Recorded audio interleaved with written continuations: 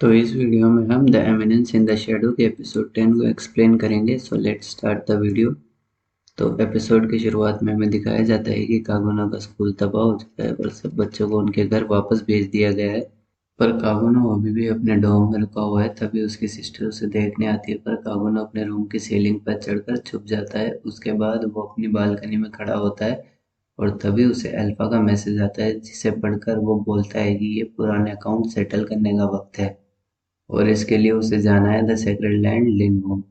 उसके बाद हमें एप्सिलॉन को दिखाया जाता है, जो अपनी बॉडी को स्लाइम से कवर करती है और कहती है कि जिस दिन वो लॉर्ड शैडो से मिली उस दिन उसे दो भाग्यों के खिलाफ लड़ने की ताकत मिली। उसके बाद उसे अपने पास्ट की मेमोरीज याद आती हैं, जहाँ कागुना उसे अपनी पावर दिखाता है और कहता है कि जब तुम अपनी इच्छा से अपनी फॉर्म चेंज कर पाओगे तब तुम इस दुनिया और भाग्य को बदल पाओगे। फिर कागुनो कहता है कि उठो और अपने भाग्य को बदलो और सच को जानो जो इस दुनिया की परछाइयों में छिपा है। पर एप्सिलॉन इसका गलत मतलब निकालती है और सोचती है कि कागुनो उसके चेस्ट की बात कर रहा है। उसके अगले सीन में हमें जेनोन को दिखाया जाता है, जिसने बीटा को बंदी बना रखा है और कागुनो उसे बचाने आया है।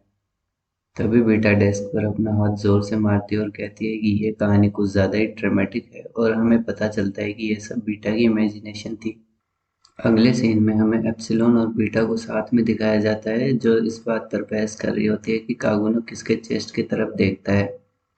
तभी नुए वहां पर आती है और कहती है कि हमें लेडी अल्फा की तरफ से ऑर्डर मिला है। उसके बाद हमें आयरिस और एलेक्सिया को एक साथ दिखाया जाता है, जो गामा के बनाए महल में आते हैं। आयरिस एलेक्सिया से कहती है कि तुम सेक्रेड लैंड में गॉडेस ट्रायल के लिए जा रही हो, पर एलेक्सिया कहती है कि मैं एक नॉर्मल लड़की बनके वहां हो रहे बुरे कामों का पता लगा सकती हूँ। आखिरकार मैं एक हेल्पलेस प्रिंसेस जो हूँ। तभी गामा वहां आती है और उनका स्वागत करती है। उसके बाद एलेक्सिया एक स्वीट खा के बोलती है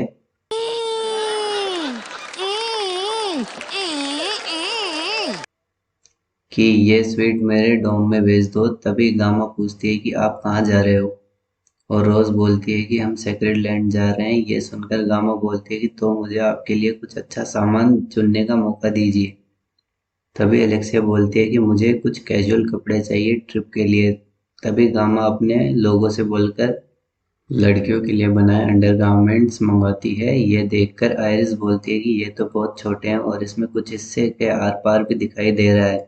ये सुनकर गामा कहती है कि यही लड़कों को ज्यादा पसंद आता है। तभी आयरिस एलेक्सिया की तरफ देखती है और बोलती है कि ये मत कहना कि तुम ये पहनोगी, पर एलेक्सिया कहती है कि ये मुझे बिल्कुल फिट आएगा। तभी गामा कहती है कि आपको ये ट्राई करना चाहिए और एलेक्सिया अपनी बहन को लेकर कपड़े ट्राई करने के लिए जाती है।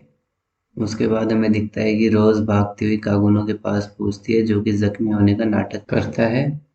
उसके बाद कागुनो को देखकर रोज कहती है कि थैंक गॉड तुम जिंदा हो, और रोज को देखकर कागुनो कहता है कि अब मैं मर गया। उसके बाद रोज और कागुनो ट्रेन में एक साथ बैठे होते हैं और रोज कहती है कि तुम मेरे लिए बने हो, पर कागुनो कहता है कि मुझे कुछ देर के लिए अकेला छोड़ दो।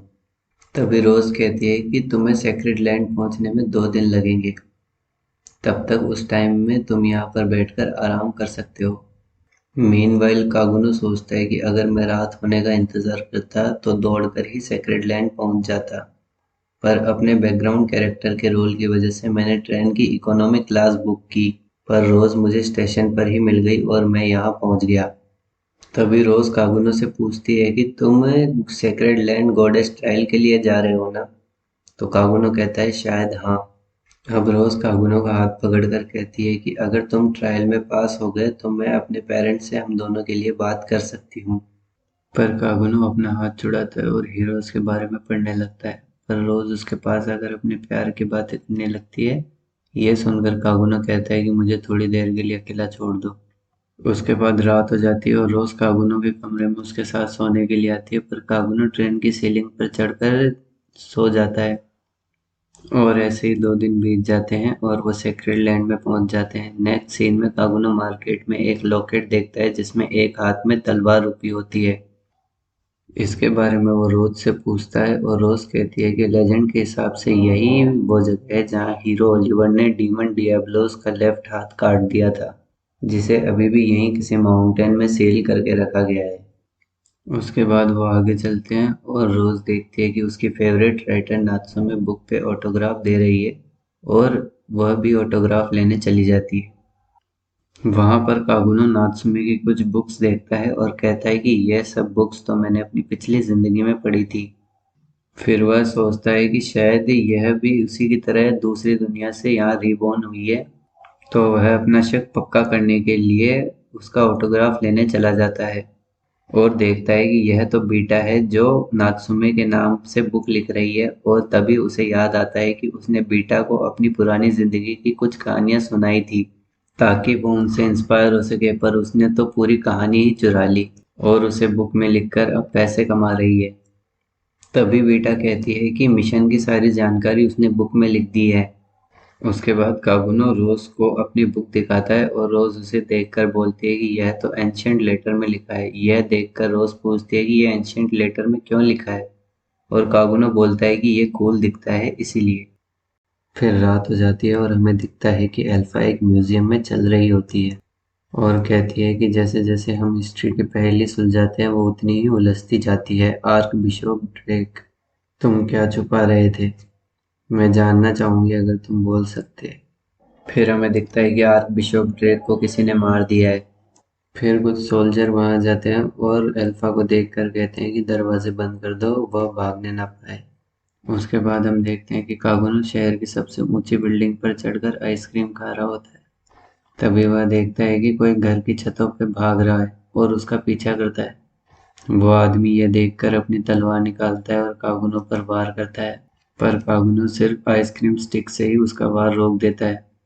उसके बाद आसमान से एक अचानक अटैक होता है और वह आदमी 3 हिस्सों में कट जाता है।